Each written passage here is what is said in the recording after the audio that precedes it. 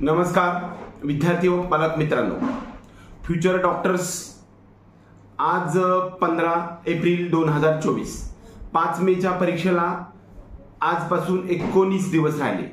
म्हणजे आजचा विषय जो आहे तो मानसिक तयारी नीट परीक्षेची।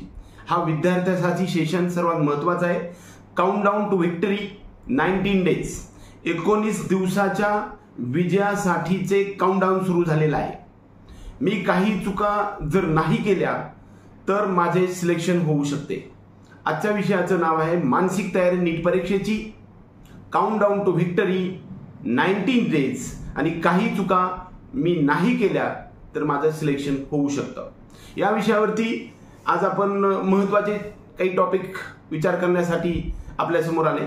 आपल्या सर्वांना आणि सर्व फ्युचर डॉक्टर्स आणि पॅरेंट्सना आजपासून राहिलेल्या 19 दिवसाच्या शेड्यूलच्या संदर्भामध्ये, त्याचबरोबर शारीरिक मानसिक आणि टाइम टेबलच्या आणि टाइम मॅनेजमेंटच्या संदर्भामध्ये आज आपण सुरुवात करत आहे। वास्तविक भीती वाटते सिलेक्शन होईल की नाही। पहिला प्रश्न, भीती वाटते सिलेक्शन होईल की नाही। असं वाटतंय कितीही वाचलं तरी सारखं सारखं विसरतंय, सिलेबस कव्हर होत नाही, रिव्हिजनला वेळ लागतो आहे, काय करावे, असे प्रश्नांचं काहूर आपल्या समोर माजले असतं। आणि त्यावेळेस आपल्या समोर विषय येतो म्हणजे भीतीचं सावट आपल्या समोर आलेलं आहे की जसं जसं परीक्षा जवळ येईल तसं तसं मी फेस करू शकेल का। सर्वात महत्त्वाचं वाक्य लक्षात ठेवा, डर के आगे जीत है, भीतीच्या पुढे 100% विजय आहे। याच्यासाठी तुम्हाला काय करावं लागेल, आपल्याच विचाराच्या किंवा आपल्याच लेवलच्या असणाऱ्या 1, 2, 3 किंवा 4 मित्रांना एकत्र येऊन ह्या सर्व मित्रांनी वेगवेगळे टॉपिक घेऊन डिस्कशनसाठी वेळ द्या। त्याला आपण ग्रुप डिस्कशन असं म्हणू। रिव्हिजन फास्ट होईल। या सर्व गोष्टीवरती एक उपाय आहे। रिव्हिजन फास्ट होण्यासाठी 4 विद्यार्थ्यांनी एक चॅप्टर घेऊन सर्वांनी डिस्कशन 1 तासामध्ये उरका, म्हणजे 4ही चॅप्टर्स परफेक्ट होऊन जाईल। एकमेकाला ज्ञान द्या, ज्ञान दिल्यानं वाढणार आहे, कमी होणार नाही। एकमेव जगातली अशी गोष्ट आहे की दिल्याने कमी होत नाही, वाढते। आपल्या शिक्षकावरती विश्वास ठेवा। जे आपल्याला शिकवणारे टीचर्स आहेत ते 100% आपल्यासाठी आणि आपल्यातलं बेस्ट बाहेर काढण्यासाठी बनलेले आहेत आणि त्यांचा संपूर्ण वेळ 2 वर्षामध्ये दिलेल्या प्रत्येक टॉपिकवरती कॉन्सन्ट्रेशन करा। डाऊट सोल्युशन त्यांना द्या। शिक्षकांना आपण भेटायला आलं की भीती वाटली पाहिजे, आपले एवढे डाऊट्स असले पाहिजे। कमी डाऊट्स असतील तर आपल्याकडे अभ्यासच झाला नाही, काहीच झालं नाही असा एक अर्थ होऊ शकतो, किंवा खूप सारा पूर्ण अभ्यास झाला असा होऊ शकतो। डाऊट्स हे भरपूर आले पाहिजे। डाऊट सोल्युशन आपल्या टीचर्स करून घ्या। आपल्या शिक्षकावरती विश्वास ठेवा। दुसरी गोष्ट म्हणजे राईट डायरेक्शनकडे तुम्ही तुमच्या टार्गेट अचिव्हमेंटकडे कॉन्सन्ट्रेट करा। पॉझिटिव्ह ॲटिट्यूड ठेवा, पॉझिटिव्ह माइंडसेट ठेवा की जेणेकरून मी आता जे करतोय ते 100% मी अचिव्हमेंटकडे चाललेलो आहे आणि माझा जो मार्ग आहे तो यशाच्या शिखरापर्यंत पोहोचवणार आहे। याच्यासाठीकडे माझी वाटचाल चालू आहे आणि या वाटचालीसाठी मी जबरदस्त इच्छाशक्ती पाठीशी घेऊन प्रामाणिक प्रयत्नाच्या आधारे मी टार्गेट कंप्लीट करेल, याच्याकडे तुम्ही कॉन्सन्ट्रेट करा। दुसरी गोष्ट, हाय ड्रीम्स ठेवा। खूप मोठा विषय आहे की माझे स्वप्न फार मोठे असले पाहिजे। माझ्याकडे आत्ता मार्क 350 येतात, मी 720चं टार्गेट ठेवलं पाहिजे। जगातलं सर्वोच्च टार्गेट ठेवा आणि त्या दृष्टिकोनातून प्रयत्नास लागा की जेणेकरून त्या प्रयत्नांच्या दिशेने आपण वाटचाल करत असताना प्रत्येक टप्प्यावरती येणाऱ्या प्रत्येक संकटाकडे आपण दुर्लक्ष न करता त्याच्यावरती फेस करून आपल्या विजयाची गुढी उभारण्याची एक मनामध्ये नवी उर्मी जागृत करा। बऱ्याच वेळा काही गोष्टी आपल्या वातावरणाच्या शेजारी, आपल्या घराच्या शेजारी किंवा आपल्या आसपास पॉझिटिव्ह ॲटमॉस्फिअर तयार झालं पाहिजे। म्हणजेच काय की आपण आपल्याकडेचं जे सराउंडिंग आहे ते पॉझिटिव्ह असलं पाहिजे। एकही इथून पुढे 19 दिवसामध्ये एकही निगेटिव्ह विचाराला शिव देऊ नका। स्वतःचा माइंडसेट पॉझिटिव्ह ठेवा। पॉझिटिव्ह असणाऱ्या माणसांना भेटा आणि निगेटिव्ह असणाऱ्या व्यक्तींची भेट आयुष्यभरात घेऊ नका। बऱ्याच वेळा नाही मधून काहीही सुरुवात होत नाही, आणि होय होय मी ते करेनच याच्यामधून सर्व जगाची सुरुवात झालेली आहे. जिंकण्याची आसक्ती तुमच्या मनामध्ये असली पाहिजे, जबरदस्त इच्छाशक्ती तुमच्या मनामध्ये असली पाहिजे आणि त्याला जोड ही दिशेची असली पाहिजे, त्याचबरोबर प्रामाणिक प्रयत्नाची असली पाहिजे. गतीला किंवा वेगाला दिशेची जोड असेल तर टार्गेट अगदी कमी वेळामध्ये आपण अचीव करू शकतो. रूम डेकोरेशनकडे कॉन्सन्ट्रेशन करा. पॉझिटिव्ह ॲटमॉस्फिअर बनवण्याचा प्रयत्न करा. आपल्या रूमच्या आसपास किंवा रूमच्या प्रत्येक भिंतीवरती आपल्याला न येणाऱ्या प्रॉब्लेम्स किंवा टफ टॉपिक अगदी चिकटावून ठेवण्याचा प्रयत्न करा. त्याचबरोबर जे फॉर्म्युले आणि टफ जे आपल्याला येत नाहीत किंवा अवघड जाणारे जे टॉपिक आहे ते अगदी आपल्या समोर दिवसभरातून 2 ते 3 वेळा बनवले पाहिजे. आणि हा जो रूम डेकोरेशन आहे ते पहिल्या दिवशीपासून तेच राहिलं पाहिजे. दर 3 दिवसाला रूम डेकोरेशन बदलत गेली पाहिजे. प्रत्येक टॉपिक जो येत नाही तो लिहून काढला पाहिजे. तो कच्च्या पद्धतीने लिहिला तरी चालेल, वेळ जातो. आपली बॉडी लँग्वेज ही पॉझिटिव्ह असली पाहिजे, जिंकण्याची आसक्ती असली पाहिजे, डिप्रेशनला जवळपास सुद्धा येऊ दिलं ना पाहिजे. पहिली गोष्ट स्वतःचं एक फाइंड युअर इन्स्पिरेशन असं म्हणू की ज्यामध्ये तुम्हाला इन्स्पिरेशन मिळू शकेल अशा प्रकारचे जगातील असणारे महापुरुष किंवा सक्सेसफुल व्यक्ती जे आहेत त्यांच्या अनुभवाची शिदोरी, आपल्या आसपास असणारे ज्ञानदान करणारे आपले टीचर्स, शिक्षक, किंबहुना आपले सर्व पेरेंट्स आणि आपल्यापेक्षा अनुभवी असणारे सिनियर्स याच्यावरती विश्वास ठेवा. त्यांच्या अनुभवाची शिदोरी आपल्या पाठीशी घेऊन आपण मार्गक्रमण करायला पाहिजे. Spend your time in your self with your self. तुमचा वेळ हा तुमच्या स्वतःसाठी द्या. खूप स्वार्थी बना. फक्त आणि फक्त मी आणि माझ्यासाठीच या 19 दिवसामध्ये विचार करेल. जगातल्या कोणत्याही गोष्टीकडे लक्ष देणार नाही. माझा पूर्ण वेळ फक्त आणि फक्त माझ्या स्वतःवरती देईन. त्याच्यासाठी पॉझिटिव्ह वाइब्स आपल्या आयुष्यामध्ये निर्माण करण्याचा प्रयत्न करा. दररोज 2 वेळा आपल्या टार्गेटचं स्मरण करा.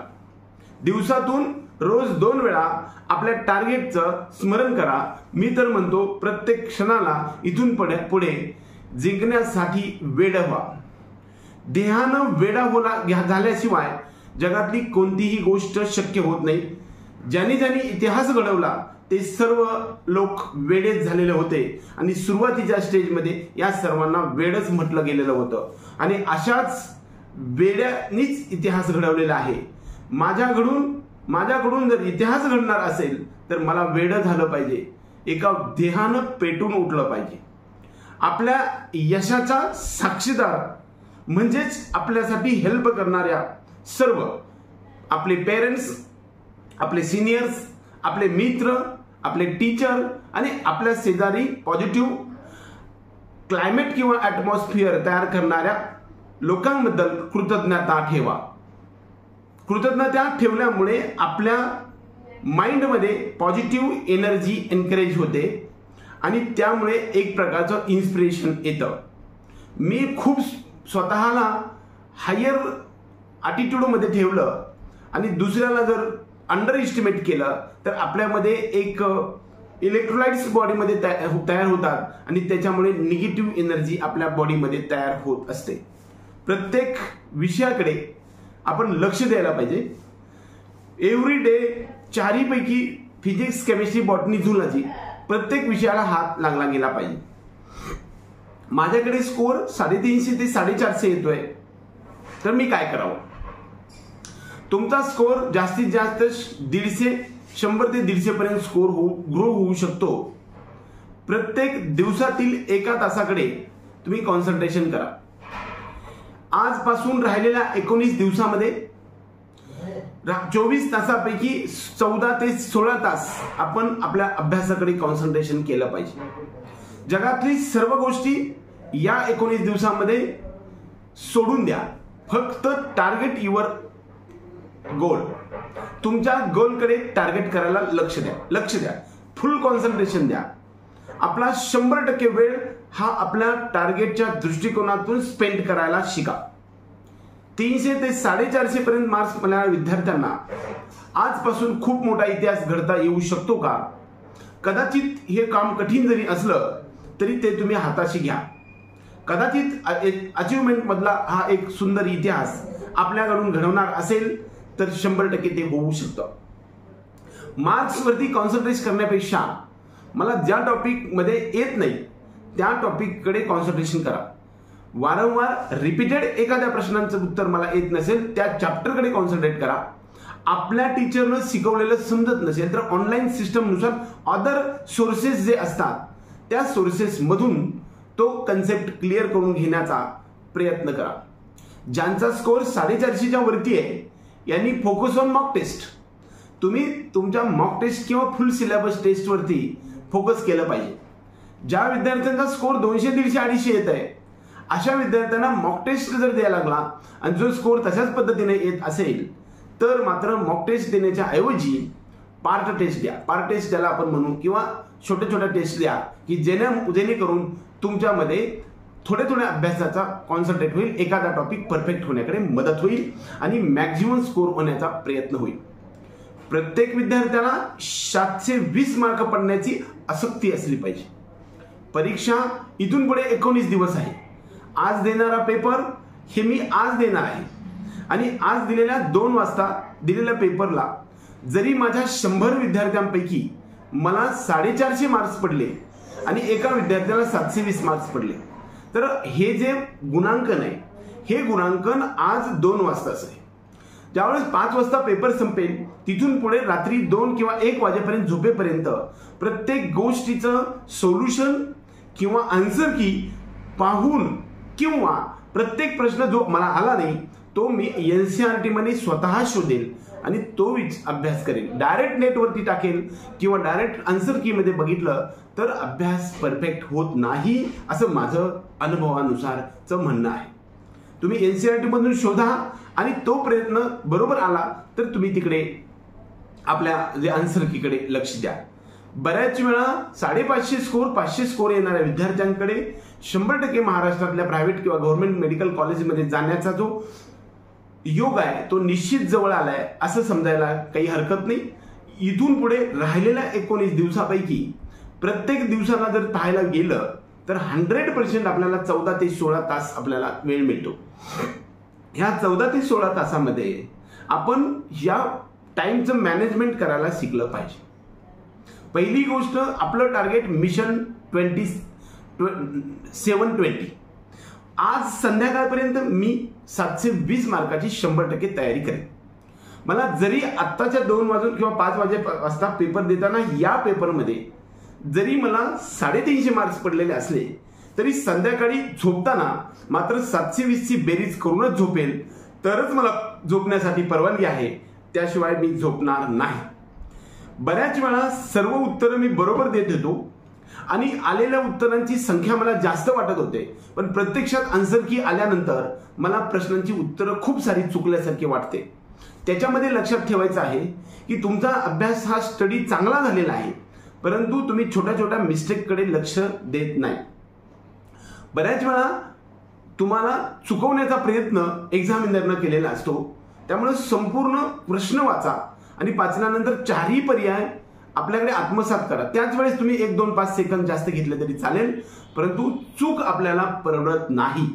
त्यामुळे 2 किंवा 5 सेकंद 10 सेकंद जास्त गेले तरी चालतील परंतु संपूर्ण प्रश्न वाचा आणि त्याच्यावरती ज्यावेळेस आपल्याला परफेक्ट एकावरती आपण ज्यावेळेस एकमत होईल आपल्या मतामध्ये दृढ विश्वास होईल की हेच उत्तर आहे त्यावेळेसच तुम्ही बबलिंग करायला जा.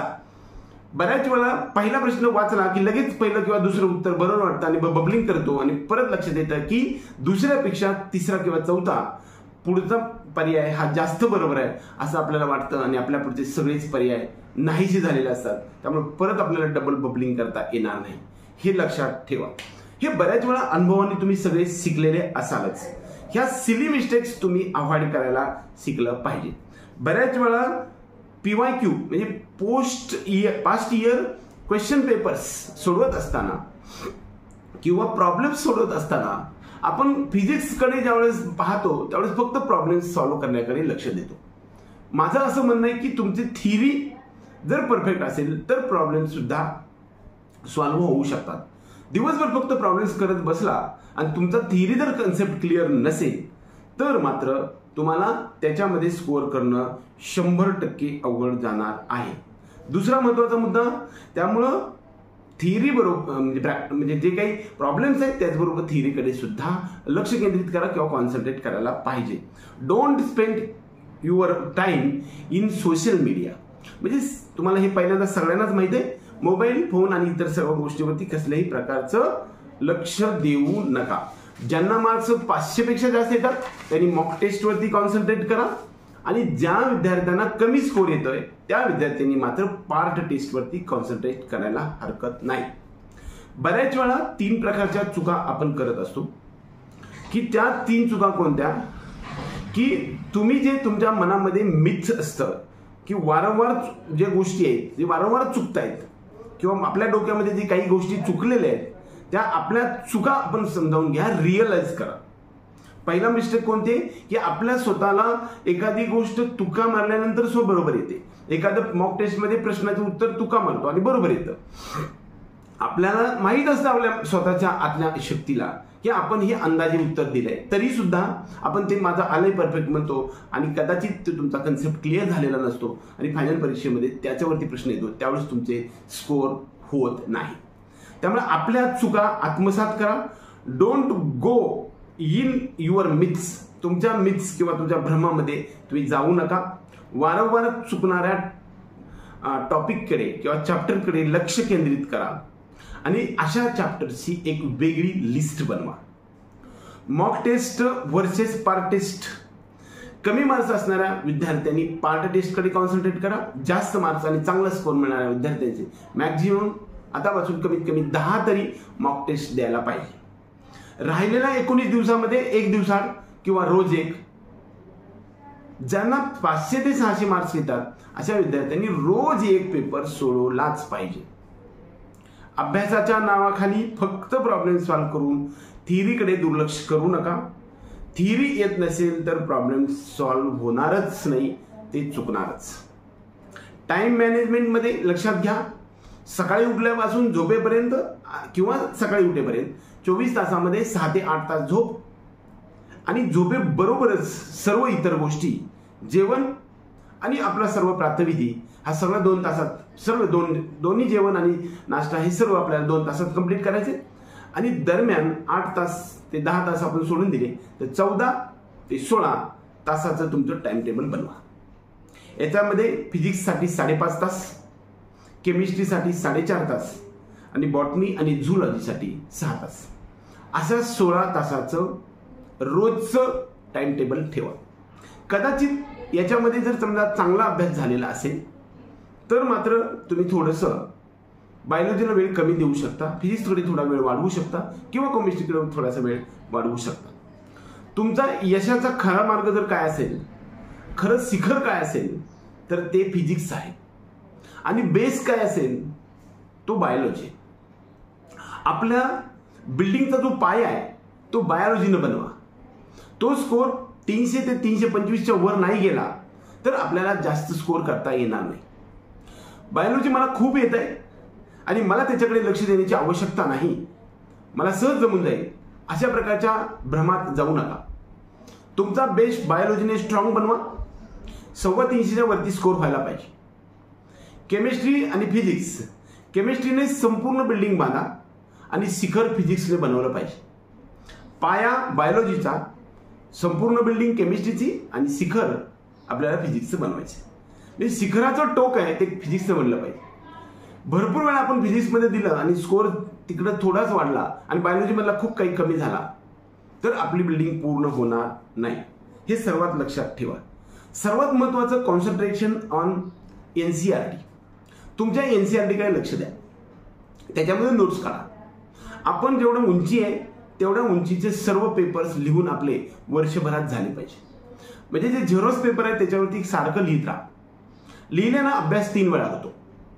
कच्चं लिहा, साध्या भाषेत लिहा, अक्षर कसंही येऊ द्या. लिहिल्यानं वेळ जातो असं वाटत असेल तर वाचत असताना थोडं थोडं लिहित गेला तर ते कच्च्या गोष्टी अगदी परत ते बघायला गेलं तर खूपच बेकार अक्षर आलंय किंवा काहीतरीच आहे असं वाटलं पाहिजे. परंतु लिहिल्यामुळे अभ्यास फायनल होईल 100%. आपल्या स्वप्नांच्या प्रती इमानदार राहा. आपल्या स्वप्नांच्या प्रती इमानदार राहा. कोसो दूर ठेवा या दुनियादारीला. कोसो दूर ठेवा या दुनियादारीला. बाकी सर्वांबरोबर गद्दार राहिला तरी चालेल. या दिवसात आपल्या टार्गेटला मात्र प्रामाणिक राहा. बऱ्याच वेळा सर्व काही गोष्टी सांगत असताना यशाचे ब्रह्मास्त्र कोणते असेल तर फिजिक्स आहे. आपल्या जीवनाचा जो पाया आहे किंवा परीक्षेच्या यशाचा जो पाया आहे तो बायोलॉजी आहे आणि यशाचं शिखर हे केमिस्ट्री आहे. आणि जीवनाचा ब्रह्मास्त्र किंवा यशाचे ब्रह्मास्त्र काय असेल तर ते फिजिक्स आहे. आणि हे ब्रह्मास्त्र कडे दुर्लक्ष करू नका. मला बायोलॉजीमध्ये खूप सारे मार्क्स येतात, फिजिक्समध्ये सुद्धा खूप मार्क येतात, परंतु फिजिक्स मला जमतच नाही. केमिस्ट्रीमध्ये सुद्धा खूप चांगले मार्क येतात पण फिजिक्स मला जमत नाही. तेच तुमच्या यशाचं गमक आहे. तुम्हाला 650च्या वरती स्कोर करायचा असेल तर फिजिक्सला टाळून चालणार नाही. आंब्याच्या झाडाला आंबेच येतात, बोर येत नाहीत. बोरे येत नाहीत, आंब्याच्या झाडाला आंबेच येतात. आपल्या प्रामाणिक प्रयत्न आणि कॉन्सन्ट्रेशनपूर्वक आणि जबरदस्त इच्छाशक्ती आणि प्रामाणिक प्रयत्न जर करत गेला तर तुमच्या सुद्धा यशासाठीचे लावलेलं हे झाड आहे त्याला सुंदर आणि गोड यशाचीच फळं येतील याच्यावरती विश्वास ठेवा. आपल्या सर्व विद्यार्थी आणि पालकांना राहिलेल्या 19 दिवसामधल्या राहिलेल्या वेळेचं 14 ते 16 तासाचं काउंटडाऊन करा. लक्ष देवा. एक एक सेकंद आपल्या परीक्षेपासच्या जवळ चालले आहात. निश्चित याच्याकडे लक्ष द्या आणि आपल्या जीवनाचं जे काही वेळेचं आहे ते नियोजन करा. अभ्यासाकडे कॉन्सन्ट्रेशन करा. मॅक्झिमम 720ला टार्गेट करा. फार मोठी स्वप्न घेऊन या स्वप्नांच्या आधारावरतीच आपण आपलं मार्गक्रमण असणार आहे. खचून जाऊ नका, डिप्रेशनमध्ये जाऊ नका. कदाचित चुकलं तर पुन्हा पडायचं, पुन्हा पडण्याची जी उमेद ठेवा. हळूहळू काही जणांनी खुरडत, काही जणांनी रांगत, काही जणांनी चालत, काही जणांनी धावत पळत, काही जणांनी विमानाच्या स्पीडनं थोडं तरी पुढे जाऊया असंच मार्टिन लुथरनं म्हटलंय. तर एक मार्ग काटत जावा. आपण आपल्या टार्गेटपर्यंत निश्चित यश कमवाल असाच आशावाद देऊन आपल्या सर्व विद्यार्थी आणि पालकांना परीक्षेसाठी हार्दिक शुभेच्छा देऊ आजचा हा व्हिडिओ संपूया. जय हिंद.